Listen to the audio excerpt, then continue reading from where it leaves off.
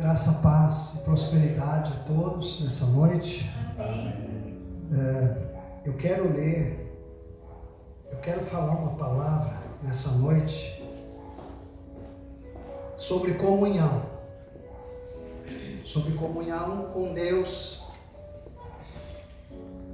Porque a gente muitas vezes, pensa que Deus é obrigado a abençoar todo mundo, porque todo mundo quer ser abençoado por Deus. Mas será que todo mundo tem compromisso com Deus? Será que as pessoas têm compromisso com Deus? Eu quero ler o Salmo de número 20.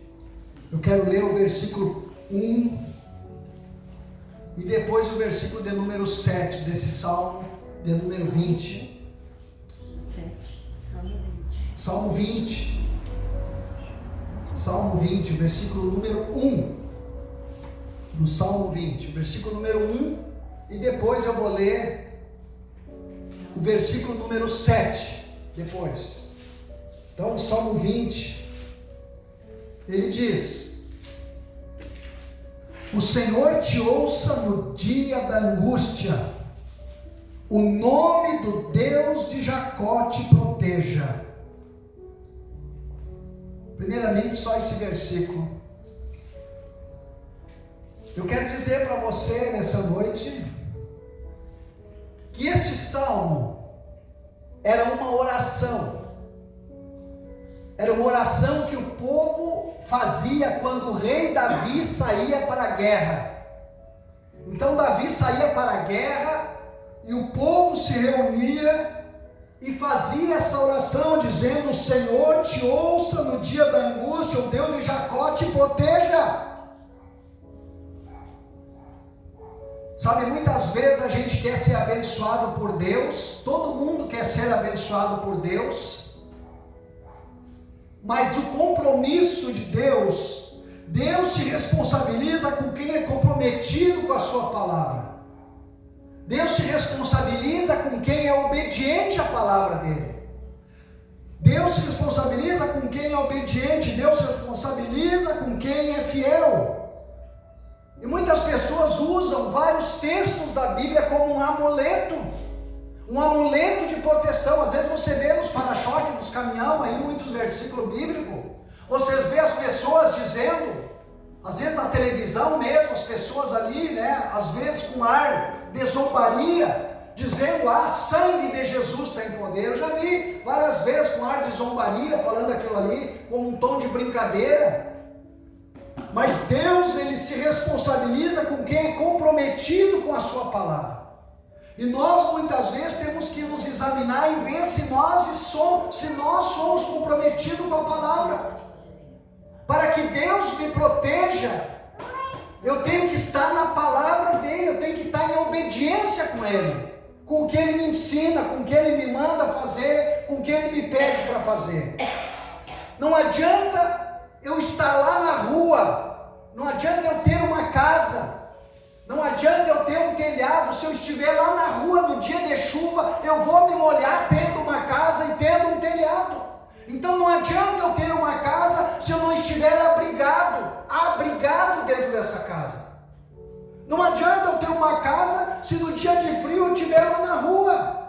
Não adianta eu ter casacos quentes se no dia de frio, no dia de chuva eu não estiver usando ele, eu vou me molhar. E a palavra de Deus é a mesma coisa. Não adianta eu querer usar versículos da Bíblia como se fosse um amuleto, como se fosse uma mágica, né? Aí as lutas começam, as lutas vêm para o meu lado, e daí eu grito ligeiro: sai Satanás, o sangue de Jesus tem poder. Mas eu estou desobediente com a palavra.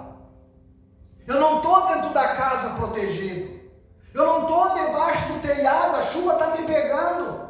E não adianta eu ficar lá na rua debaixo da chuva dizendo: porque eu tenho uma casa boa, eu tenho uma casa forte, porque eu tenho uma casa e a minha casa é muito grande. Não adianta eu ficar lá na rua dizendo para as pessoas que eu tenho um Deus, porque eu sirvo um Deus, porque Deus tem poder, porque Deus é forte, porque Deus vai me dar vitória.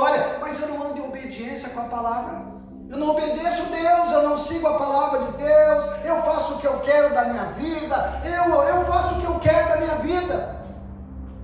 Aí Deus não tem responsabilidade, por isso que eu digo, Deus se responsabiliza com quem é comprometido com a sua palavra.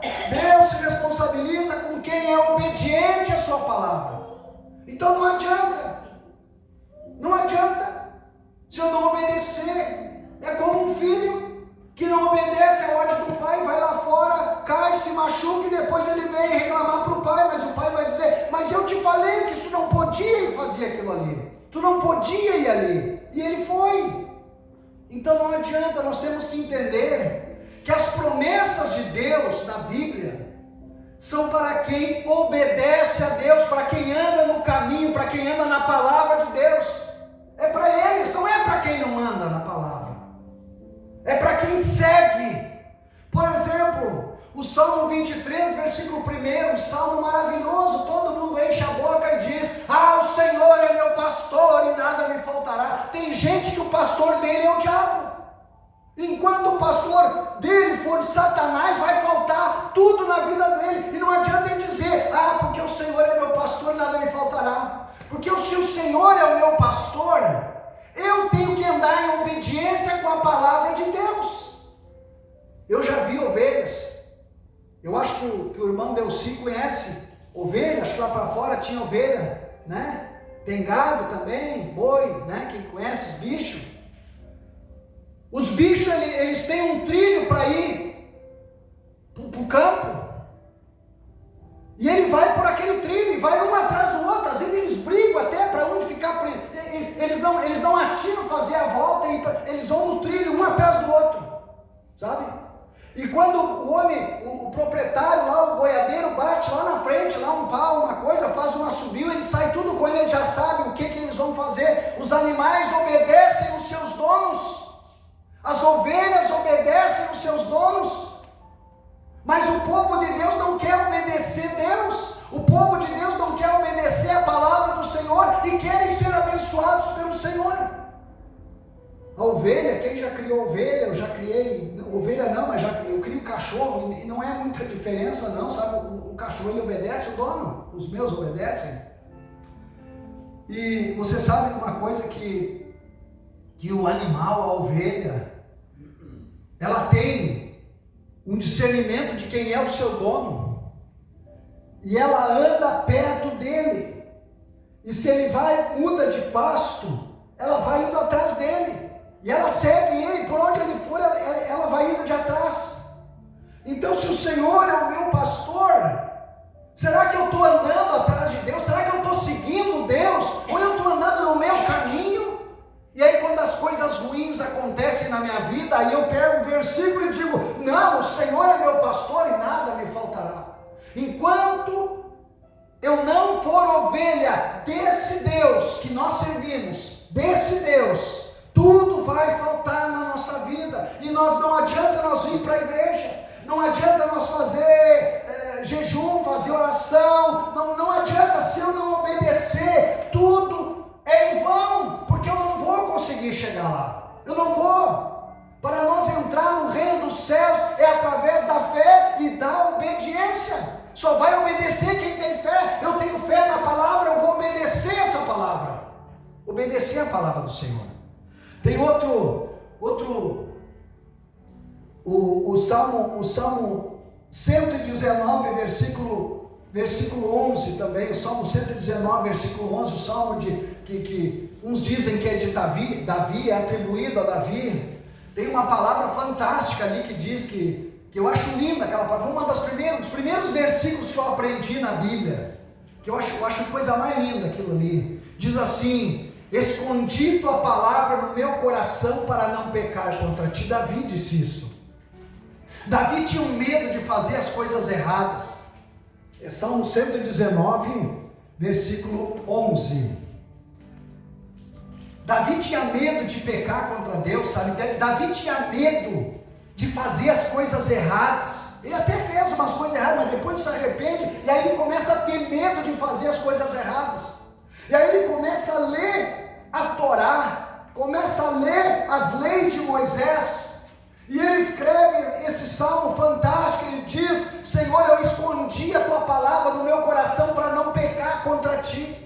Quem tem a palavra de Deus escondida no coração, o inimigo não rouba, e ele é fiel àquela palavra. E quando nós somos fiel à palavra do Senhor, o Senhor é responsável por nós, é responsável pela nossa vida. Mas nós temos que ter esse compromisso com a igreja, esse compromisso com Deus, esse compromisso com o Evangelho. Sabe, não adianta eu dizer para as pessoas que é pecado mentir. Não adianta eu ficar dizendo para as pessoas que é errado fazer coisas erradas. Eu tenho que viver isso na minha vida, para que quando eu falar, eu tenha autoridade naquele assunto. Nós temos que buscar essa intimidade com Deus, para que as coisas sejam maravilhosas na nossa vida. Tem um versículo também lá em Filipenses, capítulo 4, versículo 13, que diz, é um versículo fantástico, que diz assim: tudo posso naquele que me fortalece, né? Tudo posso. Muitas igrejas até, quando vão encerrar o culto de noite que terminou, o pastor diz: tudo posso naquele que me fortalece. A pergunta é: quem é que está te fortalecendo? Se for a raiva, for o ódio, for a inveja, for o ciúme, for a avareza, esse não é Deus. Esse não é Deus, isso é o inimigo. Está sendo usado pelo inimigo, e aí usa um versículo para mascarar aquilo que não é verdade. Tudo posso naquele que me fortalece. Pergunta assim: quem é que me fortalece? Quem é que está me fortalecendo? É Deus. Então as bênçãos do Senhor começam a vir sobre a minha vida.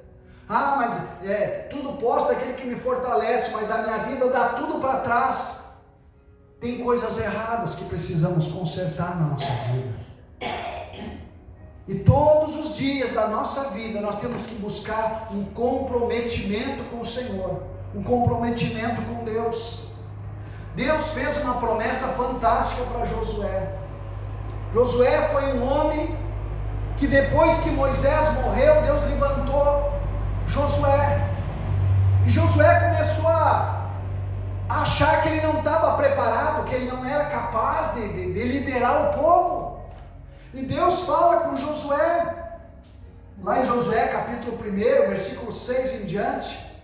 Deus diz para Josué uma coisa interessante: não te mandei eu ser forte e corajoso? Aí depois no versículo 8 ali, Deus, no 8 e 9 ali, Deus vai dizer para Josué: apenas guarda a minha palavra e cuida para não pecar. O segredo da vitória de Josué estava em guardar a palavra e não esquecer da palavra, e nela meditar de dia e de noite. Sabe, as pessoas hoje em dia, a gente vê, as pessoas não têm preocupação com a palavra de Deus. As pessoas não têm compromisso com a palavra, as pessoas não querem nem saber da palavra, as pessoas não leem a Bíblia, não procuram entender, não oram, não buscam. Algumas pessoas são assim, são fracos, espirituais, mas querem as bênçãos. As bênçãos de Deus estão comprometidas com o nosso comprometimento com a palavra de Deus. Como eu vou ser abençoado se eu não tenho uma vida abençoada? Como eu vou ser abençoado se eu não tenho um comprometimento com a igreja, com a palavra, com o Evangelho, com Deus? Eu quero ter autoridade para orar, mas eu nem na minha casa eu nunca orei. Eu não oro na minha casa, eu não oro quando como, quando levanto, quando faço as refeições. Eu não oro nunca na minha casa, eu nunca vou orar, eu não tenho comunhão com Deus. Como é que pode um filho não falar com o pai, orar com o pai, até pensa no pai, mas não fala com o pai? É um filho inimigo do pai. E muitas vezes as pessoas têm esse chavão de dizer: Deus é pai, não é padrasto. Para muitas pessoas, Deus é padrasto, sim. Pessoas que não têm comprometimento. Eu penso assim, que nós temos que ter responsabilidades com a nossa vida de fé, com a nossa caminhada de fé.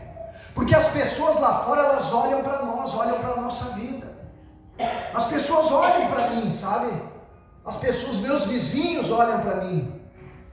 As pessoas olham, a minha família olha para mim. Algumas pessoas até olham esperando ver um defeito na minha vida para poder criticar. Outros olham para mim, olhando para tentar ver como é que eu vou resolver aquele problema, com que sabedoria, como é que eu vou sair daquele buraco.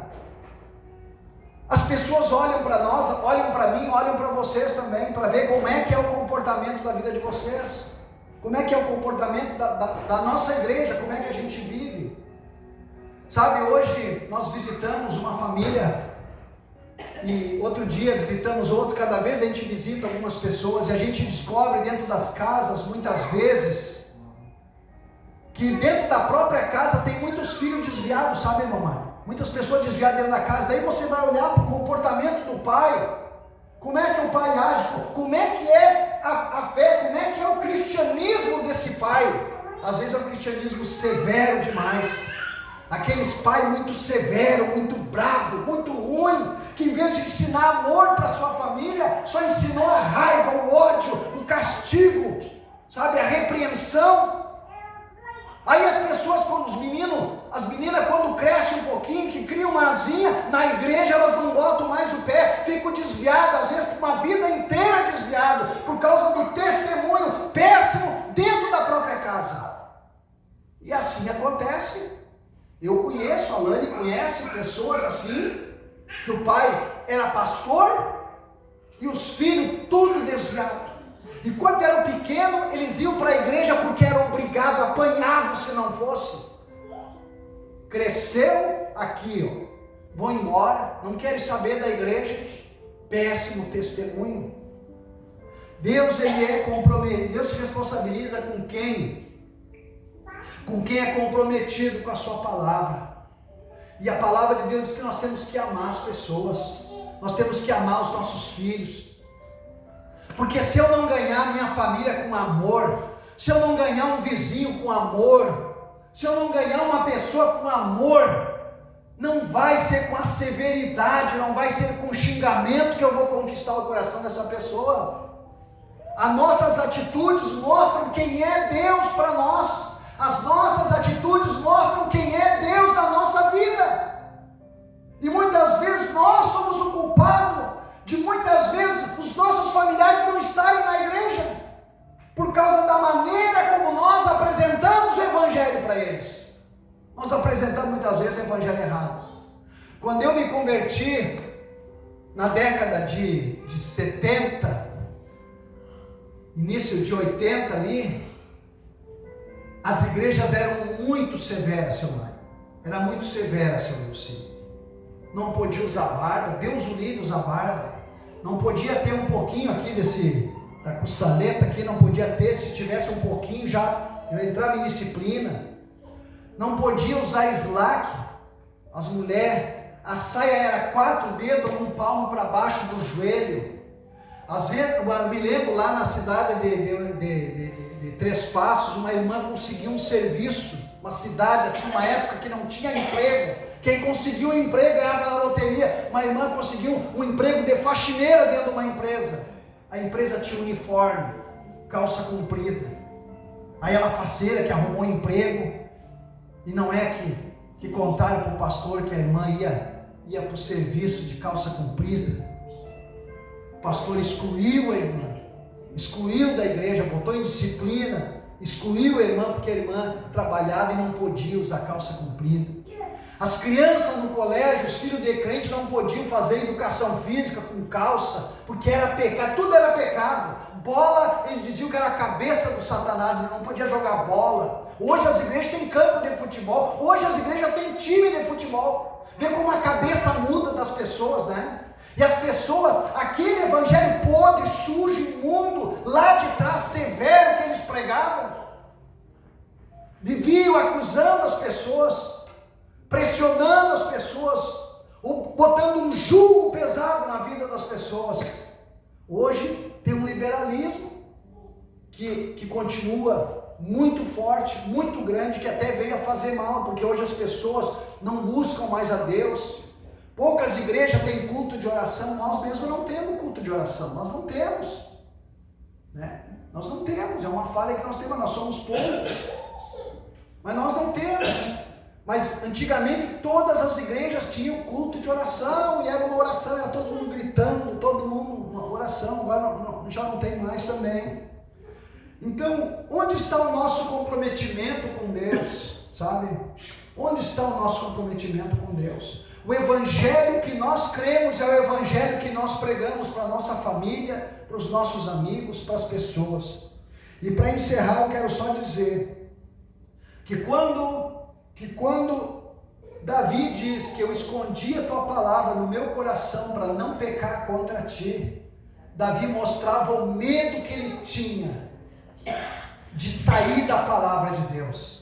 E esse temor, esse medo nós temos que ter também. E de vez em quando, no final do dia, nós fazemos um exame de consciência e ver, Senhor, será que eu dei um bom testemunho hoje, durante esse dia? Será que eu fui fiel? Será que eu tratei bem as pessoas? Será que eu fui uma pessoa bacana? Essas pessoas com quem eu conversei hoje, se eu convidá-las para ir na igreja, será que alguma delas vai ir na igreja? Como é que foi a pregação da minha vida? Porque a nossa vida prega, né? A nossa vida é uma pregação para as pessoas. As pessoas olham para nós. E nas nossas atitudes, sabe, dona Nara? Eles já vê se nós somos crentes ou não pelas nossas ações, pelo nosso comportamento, pelas palavras que nós dizemos, pela gentileza que nós temos. Eles já olham para nós, não é pela roupa que eles olham. Você pode estar de calção, de camiseta, mas a tua generosidade vai revelar Cristo na tua vida. A tua generosidade, o teu amor, o teu respeito vai denunciar que você é cristão. O teu comportamento vai pregar. O teu comportamento é a maior pregação que uma pessoa pode receber. É através da nossa vida, do nosso testemunho. Do nosso testemunho. Se eu fosse um pastor ignorante, estúpido, grosso, malicioso, um cara que gosta de estar nas casas incomodando os membros da igreja, as pessoas não viriam até aqui. Se as pessoas, nós pregamos com as nossas atitudes, irmãos. Quero que vocês levem isso para sua casa. Essa semana você medita sobre isso. Que Deus se responsabiliza com quem é comprometido com a sua palavra. Deus se responsabiliza com quem é obediente. Deus se responsabiliza com quem é fiel. Porque se você quer ter a proteção de Deus, você tem que estar debaixo da mão de Deus. É como eu disse, não adianta eu estar lá na chuva, todo molhado, e dizendo, eu tenho uma grande casa, eu tenho um grande telhado, eu tenho uma grande propriedade, mas se eu não estiver dentro dela, não adianta.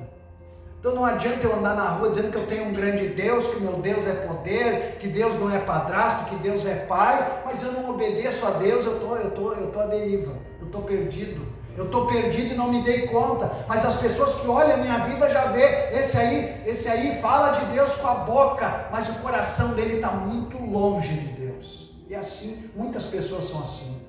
Você vai ver pessoas de religiões aí falando em Deus. Porque meu Deus é isso, meu Deus é aquilo. Olha a vida deles, vê se é uma vida digna, se é uma vida de obediência na palavra do Senhor. Vê se é uma vida honrada, buscando a verdade, buscando a palavra do Senhor. Amém? Amém. Vamos colocar em pé e vamos orar.